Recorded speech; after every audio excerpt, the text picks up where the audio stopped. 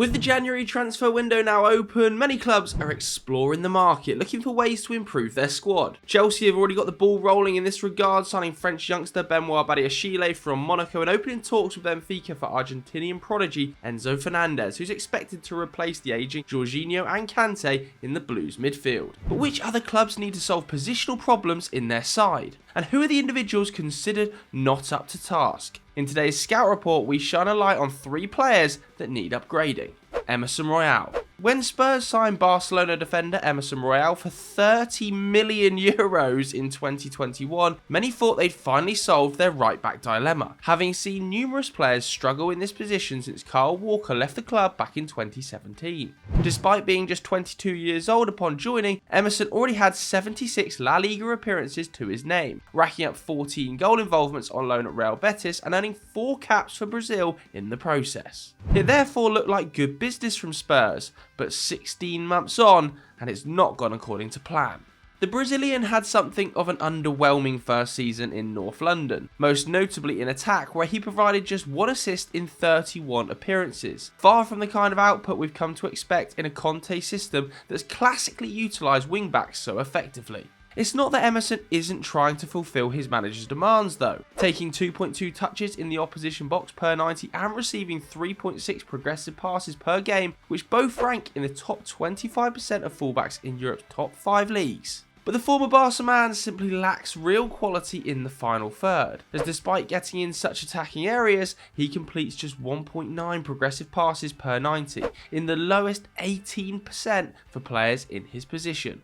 To make matters worse, his crossing ability is arguably his weakest attribute. This season, he's averaging 3.4 crosses per 90, but only 0.2 are finding their man. This pales in comparison to fellow fullback and teammate Ivan Perisic's 1.5 a game. In fact, Emerson has only completed 2 successful crosses all season at the time of writing, the same as Matt Doherty, who's played half the minutes. Defensively, the South American's numbers have been pretty solid, winning 1.9 tackles per 90 last term, the joint best in the squad with Christian Romero. But this figure has dropped to 1.2 a game this season, and he looks far less reliable at the back, most notably costing his team with a red card in their North London derby defeat in October. Spurs did sign a new right-back in the summer, landing Jed Spence from Nottingham Forest for £20 million, but the Englishman is yet to start a game, and although Doherty has been the preferred choice over Emerson since the World Cup, the Irishman soon turns 31 and in many Spurs fans' eyes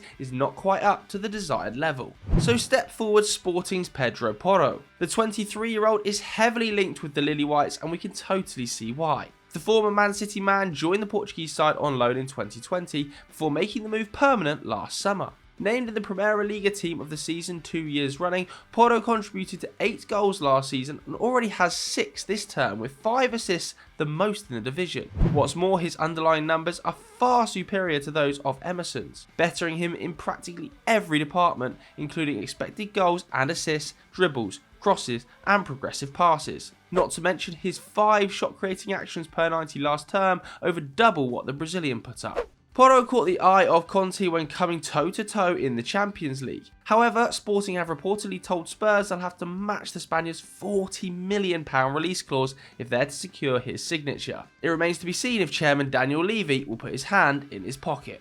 Anthony Martial. Manchester United may be flying high right now, losing just once in the league since October, but that shouldn't overshadow the fact they desperately need a striker this window. Cristiano Ronaldo recently had his contract terminated following his explosive interview with Piers Morgan. Marcus Rashford is in the form of his life, but is probably best utilised off the wing, and Anthony Martial is so prone to injury that he simply can't be relied upon. Ranging from hamstring to Achilles to back injuries, the 27-year-old has sadly been restricted to just 416 minutes of league football this season, and has been sidelined for 9 of their 17 games. When he has featured, however, he looks pretty sharp, bagging 3 goals and 2 assists. But 2022 was ultimately an underwhelming year for the Frenchman. It began with a loan spell at Sevilla where he failed to score in 9 La Liga games, and this dip in form as well as persistent injuries have seen him overlooked by the France national team, last getting called up October 2021. His underlying stats have also declined over the years since bursting onto the Premier League scene back in 2015.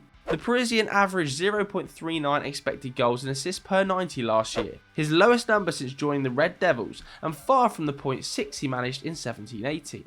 Despite playing in a more advanced role of late, being deployed as a number 9, Martial is taking fewer touches in the opposition box than previous campaigns, currently averaging 4.5 per 90. That means just 11.5% of his overall touches come in the penalty area. This suggests that his instinct remains to collect the ball from deep and cause problems outside the box. That doesn't quite fit the mould of an out-and-out striker. Take for instance Cristiano Ronaldo, who has left the club. He took 14.6% of his touches in the box in his final full season in Manchester, while another predator in front of goal like Erling Haaland is taking a whopping 27% of his touches in the opponent's danger zone. The former Monaco man has also never been too strong in the air, winning just 0.6 aerial duels per 90 last term, the same as Bruno Fernandes, and missing some big chances with his head over the last couple of games. What's more, Martial's 2 shots per 90 is in the bottom 17% of forwards over the last 365 days, with his shots coming from an average of 18.5 yards out. Meanwhile, an elite poacher like Haaland is averaging 12.9 yards in this metric.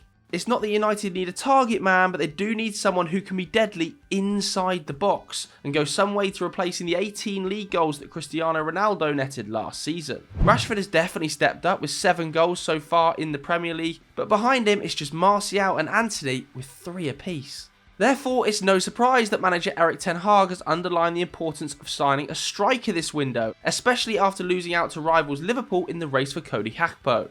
Other targets linked with moves to Old Trafford include Alvaro Morata, Joao Felix, Olivier Giroud and Marcus Thuram. The latter could be a smart pickup. With his contract expiring at the end of the season, he would be available for an extremely cut price fee. And from the names mentioned, he's bagged the most league goals this term with 10, only bettered by Christopher Nkunku in the Bundesliga. The Mönchengladbach forward is in the top 2% of Europe for non-penalty expected goals with 0.6 per 90, while his 3.7 shots per game is only bettered by 3 players in the Premier League this term. Add into the mix that over 20% of his touches are in the opposition box, and Thuram could well be a perfect upgrade on a player like Martial. Junior Messias. They may not have gone into the season as clear favourites, but Milan's Serie A title defence has still been disappointing so far. Already 8 points behind high-flying leaders Napoli, the Rossoneri ended the mid-season break having dropped points in 2 of their final 4 games. A 0-0 draw of relegation-bound Cremonese and a 2-1 defeat to Torino.